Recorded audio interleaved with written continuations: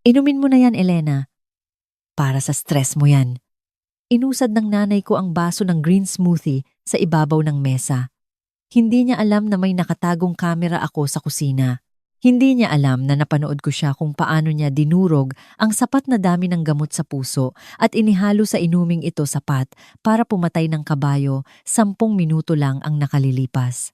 Kailangan niya ang pera mula sa life insurance ko bago sumapit ang bukas ng umaga. Kung hindi, sisingilin siya ng mga sindikato at linta na pinagkakautangan niya. Hindi ako sumigaw. Hindi ako tumawag ng pulis o barangay. Tinitigan ko lang ang lason.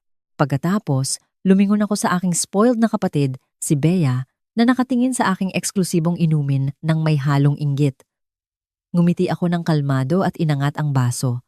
"Wow, ma," sabi ko. Sinigurado kong naririnig ni Bea ang bawat salita. Sa wakas, binilhan mo rin ako ng mamahaling smoothie.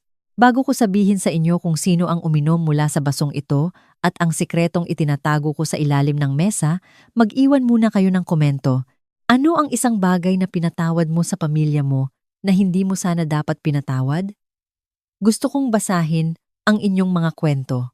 Siguro nagtataka kayo kung bakit hindi na lang ako umalis noon pa. Kung bakit nanatili ako sa bahay na iyon, nagbabayad ng mga bills nila, naglilinis ng mga kalat nila, at hinahayaan silang tratuhin ako na parang alkansyang may pulso. Ang sagot ay simple. Ako ang investment child. Sa kulturang Pilipino, bawat toxic na pamilya ay mayroong ganito. Si Bea, siya ang display.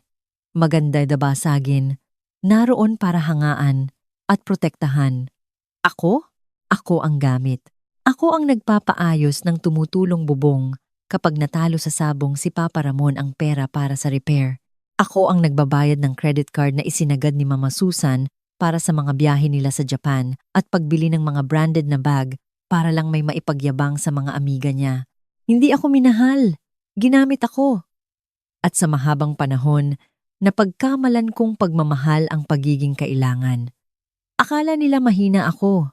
Akala nila na natili ako dahil desperada ako sa approval nila at sa takot sa sasabihin ng ibang tao. Hindi nila alam na habang pumipirma ako ng mga tseke, itinatago ko rin ang mga resibo, nagbago ang lahat 2 buwan na ang nakararaan. Umuwi ako galing sa 12 na oras na shift sa ospital at nakita ko ang notice of foreclosure na nakadikit sa gate namin. 6 na buwan na palang hindi binabayaran ni Papa ang amortization ng bahay, wala pang 48 oras. Palalayasin na kami ng bangko at itatapon ang mga gamit namin sa kalsada. Umiiyak si Mama Susan sa kusina. Hindi dahil mawawalan kami ng tirahan, kundi dahil wala ng lugar si Bea para mag-host ng kanyang mga TikTok, live, at party kasama ang mga sosyal niyang kaibigan. Si Papa naman, pabalik-balik ang lakad, naghahanap ng masisisi. "Ayusin mo to, Elena," sabi niya. Hindi siya nakiusap. Nag-utos siya. "May ipon ka naman. Bayaran mo ang arrears." Tinitigan ko siya. At sa unang pagkakataon, nawala ang ulap sa mata ko. Nakita ko ang isang lalaking sasaidin ako hanggang sa matuyo at pagkatapos ay magrereklamo pa tungkol sa alikabok. "Babayaran ko," sabi ko, pero may kondisyon. Dinala ko sila sa notaryo noong hapong iyon. Binayaran ko ang ₱250,000 utang sa bangko. Pero kapalit nito, pumirma sila ng Deed of Absolute Sale. Inilipat nila ang titulo ng lupa at bahay sa pangalan ko lamang. Pumirma sila dahil desperado sila at dahil mayabang sila. Akala nila, papel lang yon. Akala nila, mamamanipula pa rin nila ako gamit ang utang na loob para ibalik ito sa kanila o hindi ko sila kayang palayasin. Dahil pamilya kami. Akala nila pag-aari pa rin nila ako, kaya pag-aari pa rin nila ang bahay. Ang ikalawang pako ay dumating 2 linggo na ang nakararaan. Tumayo ako sa sala at sinabi kong aalis na ako. Bumili ako ng kondo malapit sa trabaho, tapos na akong magbayad ng mga luho nila. Hindi umiyak si Mama. Hindi niya sinabing mamimiss niya ako. Tumingin lang siya mula sa binabasa niyang magazine at nagtanong, "Pero sino ang magbabayad ng amilyar sa susunod na buwan?" Nang gabing iyon, Pumasok ako sa opisina ni Papa para maghanap ng stamp. May nakita akong folder sa ilalim ng mga diaryo ng karera ng kabayo. Isa itong insurance policy para sa accidental death. Nakapangalan sa akin. At ang halaga ay 10 milyong piso. Ang pirma sa ibaba ay peke. Ginaya ang pirma ko. Ang beneficiary ay pinalitan mula kay Bea papunta kay Mama Susan. Tumayo ako doon sa dilim. Hawak ang papel na naglalagay ng presyo sa buhay ko. Napagtanto ko noon na tapos na ang silbi ko bilang tagabayad. Mas mahalaga na ako sa kanila kapag patay na. Hindi ko sila kinumpronta. Hindi ako nagsiskandalo. Ibinalik ko ang folder kung saan ko ito nahanap. Lumabas ako ng opisina at bumili ng kamera. Hindi ko sila kinumpronta dahil ang komprontasyon ay nagbibigay sa kaaway ng pagkakataong gumawa ng kasinungalingan. Sa halip, pumunta ako sa isang tech store sa Gilmore at bumili ng USB wall charger na may spy camera. Mukha lang itong ordinaryong charger ng cellphone, pero may maliit na lens sa itaas ng USB port. Isinaksak ko ito sa outlet, sa kusina kahapon ng hapon. Nasira ang charger ko. Sabi ko kay Mama, "Huwag mong aalisin to. Kailangan ko sa shift ko bukas." Hindi man lang niya tinignan. Para sa kanya, isa lang itong kalat na responsibilidad ko. 2 oras bago ang hapunan ngayong gabi, naupo ako sa kotse ko sa kanto at binuksan ang app sa phone ko. Malinaw ang feed ng video. Ang una kong narinig ay ang boses ni Papa. Naka-speakerphone siya. Naglalakad ng mabilis sa kusina. Ang boses sa kabilang linya ay hindi taga-bangko. Boses ito ng isang lalaking kalmado pero nakakatakot. Mas nakakakilabot kaysa sa anumang sigaw. Lunes ng umaga. "Ramon," sabi ng boses, "9:00. Ibigay mo ang 10 milyon o ilalabas ka namin sa bahay mo nang nasa sako. Tapos na kami magbigay ng palugit." Binaba ni Papa ang telepono. Mukha siyang masusuka. Mukha siyang hayhayop na nakakulong. "Kailangan na nating gawin ngayong gabi." Bulong niya. Nakatayo si Mama Susan sa tabi ng counter. May inilabas siyang bote ng gamot mula sa kanyang pitaka. Nakilala ko agad ang orange na label, iyon ang digoxin ng namayapa kong lola. Namatay siya 3 buwan na ang nakalilipas. At ang sabi ni Mama, nilinis na niya ang medicine cabinet. Akala ko itinapon na niya ang mga ito. Mali ako. Pinanood ko ang sarili kong ina habang ibinubuhos ang sangkatutak na puting tableta sa almires. Sinimulan niyang dikdikin ang mga ito. Ang tunog ay maindayog na crunch, crunch, crunch. Pero hindi ang ginagawa ni Mama ang dumurog sa puso ko, kundi ang ginagawa ni Papa Ramon. Hindi niya tinulungan si Mama na dikdikin ang mga gamot. Hindi siya ang nagtimpla ng smoothie, nakaupo lang siya sa kanyang recliner sa sala, kitang-kita sa gilid ng video frame. Habang lumalakas ang tunog ng pagdikdik, kinuha niya ang remote. Hindi siya lumingon. Hindi niya pinatigil si Mama. Tinaasan lang niya ang volume ng pinapanood niyang game show sa TV. May espesyal na uri ng kasamaan sa pagiging passive parent. Ang tawag dito ay bystander effect. Pero sa pamilya, mas masahol pa ito. Ito yung magulang na nagsasabing, "Wala akong ginawa sa'yo," habang pinapanood niyang bugbugin ka ng asawa niya hanggang sa mangitim ka. Sinabi ni Papa sa sarili niya na inosente siya. Sinabi niya sa sarili niya na kung hindi siya hahawak sa lason, hindi siya mamatay tao. Siya ay isang lalaki lang na nanonood ng TV habang inaayos ng asawa niya ang problema nila sa pera. Ang katahimikan niya ay ang kanyang pirma sa aking death certificate. Pinanood ko si Mama na ibinuhos ang puting pulbos sa blender kasama ang kale at mamahaling prutas. Pinanood ko siyang i-blend ito hanggang sa maging makinis at mabulang berde. Pinanood ko siyang isalin ito sa kristal na baso. Isinara ko ang app. Nakaupo ako sa kotse ko ng matagal. Nakatitig sa manibela. Pwede sana akong magmaneho palayo. Pwede sana akong dumiretso sa presinto noon din. Pero kung gagawin ko yon, sasabihin nilang nagkamali lang sila. Sasabihin nilang dinurog nila ang gamot para sa sarili nila. Kung walang bangkay, kung walang pagtatangka, isa lang itong video ng isang babaeng gumagawa ng smoothie. Kailangan kong ituloy nila. Kailangan nilang iabot sa akin ang baso. Pinaandar ko ang makina at nagmaneho pabalik ng bahay. Pumasok ako sa pinto, humalik sa pisngi ni Papa at umupo sa mesa. Mabigat ang baso sa kamay ko. Malamig ito. Namumuo ang tubig sa labas ng kristal. Sa kabilang dulo ng mesa, nanginginig si Papa sa kaba. Panay ang tingin niya sa malaking orasan sa pasilyo. Tik-tak. 9 oras bago ang deadline. 9 oras bago niya makuha ang payout ng insurance ko o bago basagin ng sindikato ang tuhod niya. Inilapit ko ang baso sa labi ko. Tumahimik ang buong kwarto. Natigilan si Mama Susan, ang tinidor niya ay nasa ere pa. Bakit? Bulong niya. Amoy na amoy yung 1,000 peso na Glokin smoothie mula sa organic market sa BGC, sabi ko. Yung may collagen at rare kale blend? Akala ko ba nagtitipid tayo? Tumingin ako kay Bea. Kung gusto mong hulihin ang daga, gumamit ka ng keso. Kung gusto mong hulihin ng isang narcissist at inggitera, gamitin mo ang pagiging eksklusibo. Walang pakialam si Bea sa kalusugan. Wala siyang pakialam sa gulay. Pero may pakialam siya sa presyo. Gusto niya na kung ano ang pinakamaganda sa mesa, sa kanya dapat yon. Napatingala siya mula sa kanyang cellphone. Nanliit ang mga mata niya. Tinititigan ang basong hawak ko. Kailan ka pa bumibili ng 1,000 peso na smoothie para kay Elena? Tanong niya. Ang boses niya ay hindi nagtataka. Nanunumbat. Hindi Nauutal na sagot ni Mama. Ano lang yan? Gamot para sa puso ni Elena. Para sa stress. Hindi amoy gamot to. Sabi ko, habang iniikot ang malapot na berdeng likido. Amoy vanilla at pera. Alam mo, ilang buwan ko na gustong matikman to. Inilapit ko ulit ang bibig ng baso sa labi ko. Tinagilid ko ng kaunti para dumikit ang likido sa labi ko. Pero hindi ako lumunok. Nakita kong napapikit si Papa. Nakasubsob siya. Gutom ang mga mata. Naghihintay sa paglunok ko.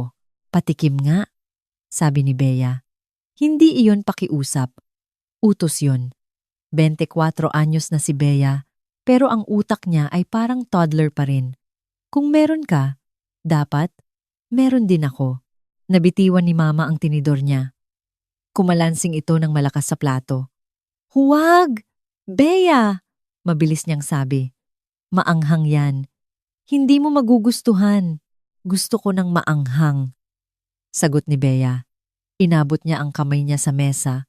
Ang mga daliring may mamahaling manicure ay pilit na inaagaw ang baso ko. Ito na ang turning point. Kung iaabot ko sa kanya, mananagot ako. Kung itutulak ko papunta sa kanya, mamamatay tao ako. Pero kung ilalayo ko, kung aakto akong madamot na ate na ayaw mag-share, hinila ko ang baso palapit sa dibdib ko. Tila pinoprotektahan ito. Bitawan mo nga, Bea. Bulyaw ko. Ginawa to ni Mama para sa akin. May sarili kang wine dyan. Iyon ang nagselyo sa kapalaran niya. Kung inalok ko ito, baka nagduda siya. Pero dahil ipinagdamot ko, kailangan na niya itong makuha. Reflex na niya yon. Ang damot mo talaga! Sigaw ni Bea. Tumayo siya. Inaabot ako mula sa kabilang panig ng mesa. Si Mama ang nagbabayad ng lahat sa bahay na to. Elena. Technically, akin ang smoothie na yan. Bey, umupo ka. Basag na ang boses ni Mama. Tumingin siya kay Papa. Nagmamakaawa ang mga mata. Pigilan mo siya. Iinumin niya ang lason. Pero hindi gumalaw si Papa. Tumingin siya sa orasan. Tumingin siya sa akin. At pagkatapos, tumingin siya sa paborito niyang anak, ang kanyang golden child. Habang inaabot ni Bea ang kopita, nagkalkula si Papa. Kung pipigilan niya si Bea, bigo ang plano. Malalaman kong may mali. Hindi ko iinumin. Darating ang umaga at darating ang mga linta. Kailangan niya ng bangkay. Mas gusto niyang ako yon. Pero sa oras ng kagipitan, kahit sinong bangkay, ay pwede na. Nakita ko ang kalkulasyon sa likod ng mga mata niya. Nakita kong nagdesisyon siya na ang buhay niya ay mas mahalaga kaysa kay Bea. Pauyamin mo ng isang lagok, Elena, sabi ni Papa, flat ang boses. Huwag kang madamot, singhap ni Mama Susan. Tumingin siya sa asawa niya ng may takot. Napagtanto sa unang pagkakataon na walang honor o dangal sa mga parasitiko. Tumingin ako kay Bea. Nakangisi siya. Akala niya, nananalo siya sa isang maliit na away tungkol sa inumin. Akala niya, inilalagay niya ako sa lugar ko. Hindi niya alam na ipinaglalaban niya ang karapatang patigilin ang sarili niyang puso. Sige, sabi ko. Binitawan ko ang higpit ng hawak ko sa baso. Kung gustong-gusto mo talaga, kunin mo. Hinablot ni Bea ang baso mula sa mesa na kasing bilis ng ahas. Niyakap niya ito sa dibdib niya. Tinititigan kami na parang aagawin namin ito pabalik. Akin. Isip bata niyang sabi. Biglang kumilos si Mama Susan. Instinct ng isang ina. Inabot niya ang mesa, akmang tatabigin ang baso mula sa kamay ni Bea. Bey, hindi! Huwag mong inumin yan. Sa isang saglit, akala ko tapos na ang laro. Akala ko mananaig ang pagiging ina ni Susan kaysa sa kasakiman niya. Pero nakalimutan ko ang ikatlong manlalaro sa mesa. Biglang humarurot ang kamay ni Papa mula sa ilalim ng mantel. Hinawakan niya ang pulso ni Mama. Hindi lang basta hawak. Pinisil niya ito ng mariin. Nakita kong namuti ang mga buko ng daliri niya. Nanigas si Mama. Nakabitin ang braso sa ere. Nanlalaki ang mga mata sa takot habang nakatingin sa asawa. Parang bumagal ang oras. Sa katahimikang iyon, isang buong usapan ang naganap sa pagitan ng mga magulang ko. Tinitigan ni Papa si Mama. Ang mga mata niya ay madilim. Walang laman kundi desperasyon. Lunes ng umaga, sabi ng mga mata niya. Ang mga linta, ang putol na binti, ang sako. Kung matabig ni Susan ang baso, masasayang ang digoxin sa karpet, mabibigo ang plano. Buhay pa ako, walang insurance money, at pagdating ng umaga, patay na si Ramon, pumipili siya. Tinitimbang niya ang buhay ng paborito niyang anak laban sa sarili niyang kaligtasan, at pinili niya ang sarili niya. Binigyan niya ang pulso ni Susan ng isang mariing hila bilang babala. Hayaan mo siyang uminom. Gumawa si Mama ng isang maliit, basag na tunog at tumigil sa pagpupumiglas. Namuo ang luha sa mga mata niya habang nakatingin kay Bea.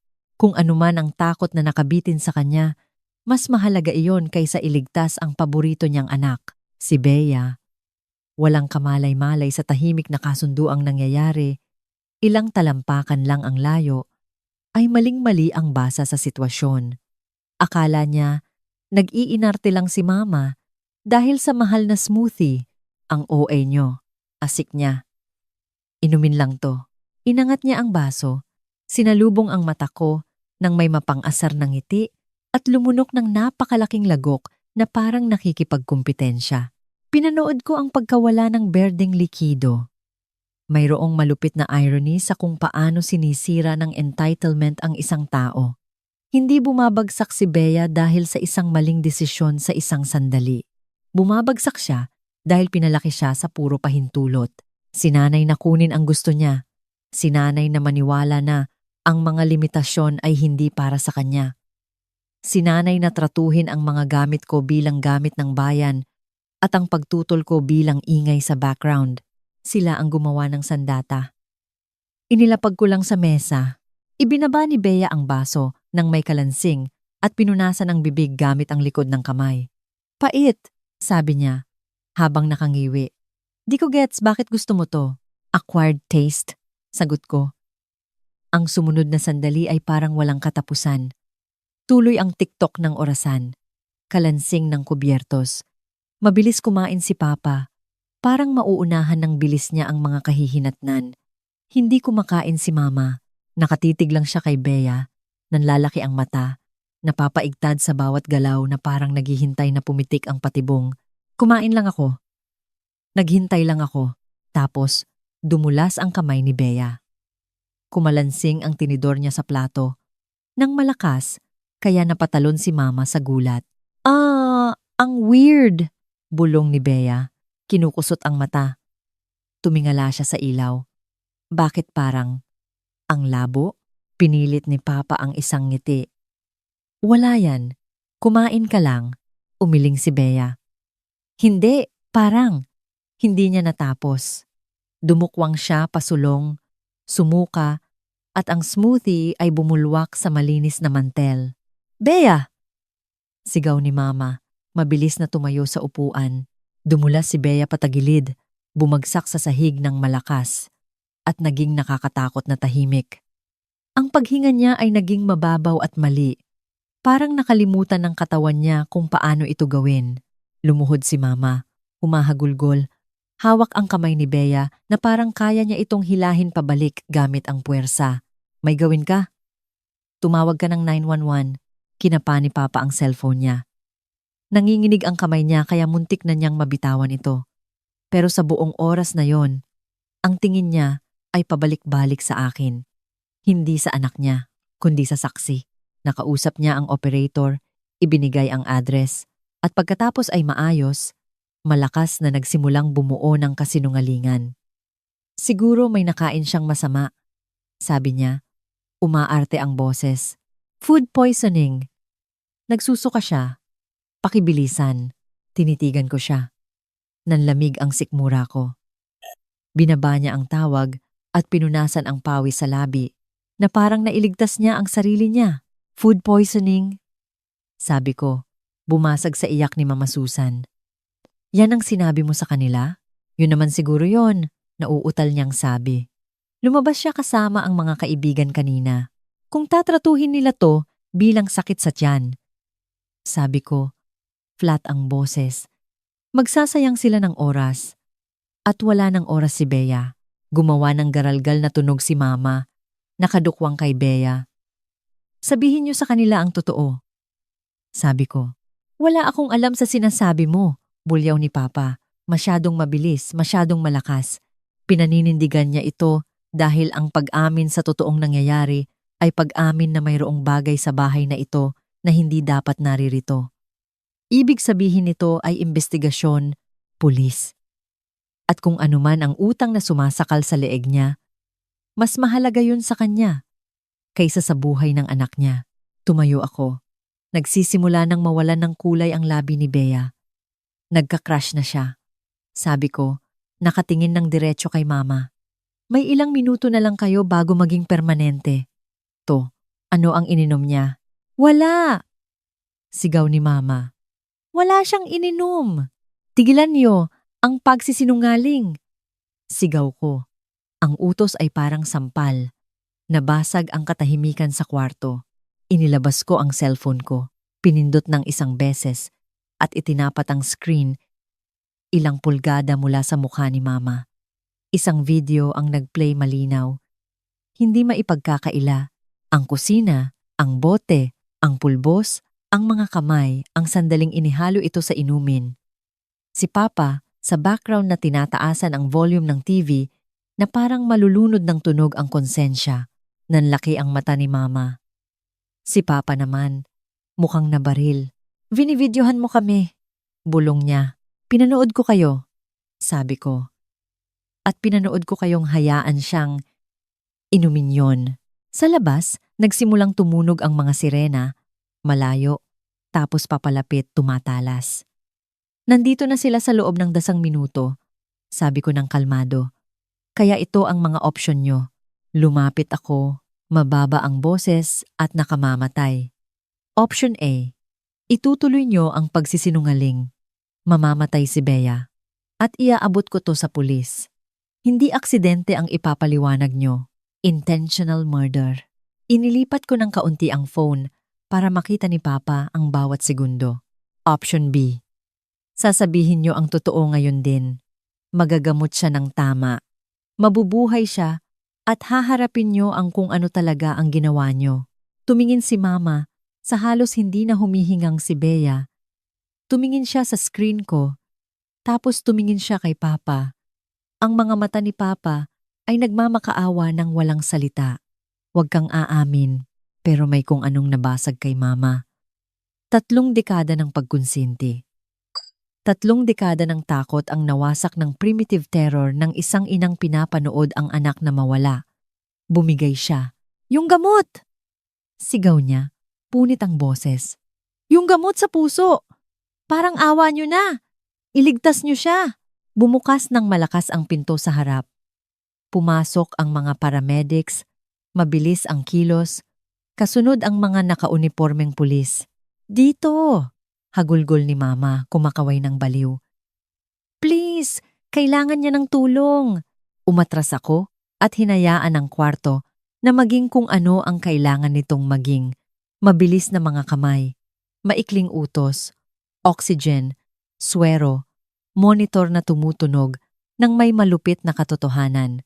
Pagkatapos, humarap ako sa pulis na nakatayo sa may pinto, naguguluhan sa kaguluhan. Ako ang tumawag kanina, sabi ko, at inilagay ang maliit na USB drive sa kamay niya. Gusto niyong makita kung ano ang nagtulak dito. Lalo na yung part na pisikal na pinigilan ng tatay ko. Ang nanay ko, nailigtas ang kapatid ko. Tumigas ang mukha ng pulis. Tumingin siya sa drive, tapos kay Papa, tapos pabalik sa akin. Nang ma-stabilize ng mga paramedic si Bea para mailipat, hindi na nagtanong ang mga pulis. Nagbigay sila ng utos. Lumabas sina Papa at Mama na nakaposas. Hindi tumingin si Papa kay Mama. Hindi tumingin kay Bea. Nakatitig siya sa akin na parang sa wakas ay nakikita na niya ang katotohanang ilang dekada niyang pilit na binabalewala. Hindi ako ang background child. Hindi ako ang investment. Ako ang may hawak ng susi. Nakaligtas si Bea. Prangka ang mga doktor. Kung naghintay pa ako ng kaunti, hindi na sana.